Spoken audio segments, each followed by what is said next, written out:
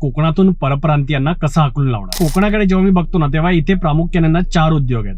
एक म्हणजे शेती आणि बागायती, दुसरा उद्योग आहे तो मासेमारी, तिसरा उद्योग आहे तो टुरिझम आणि चौथा उद्योग आहे तो रिअल इस्टेट आणि पाचवा आपण म्हणूया इतर बिझनेसेस. त्याच्यामध्ये अजून बरेचसे बिझनेस आले, पण हे 5 महत्वाचे व्यवसाय आहेत.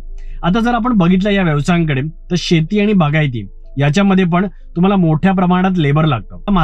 मासेमारीसाठी सुद्धा ना मोठ्या प्रमाणात लेबर लागतं. कारण कसं बघा, आज आमच्याच किनाऱ्यावरती ना कोणी एकेकाळी ना 7-7, 8-8 रापणी होत्या, पण आज रापणी राहिल्या नाहीत. कारण रापणी ओढायला माणसंच नाही आहेत. आज एका पूर्ण वाडीमध्ये 15 लोक पण नाही आहेत जे एक रापण सांभाळू शकतात.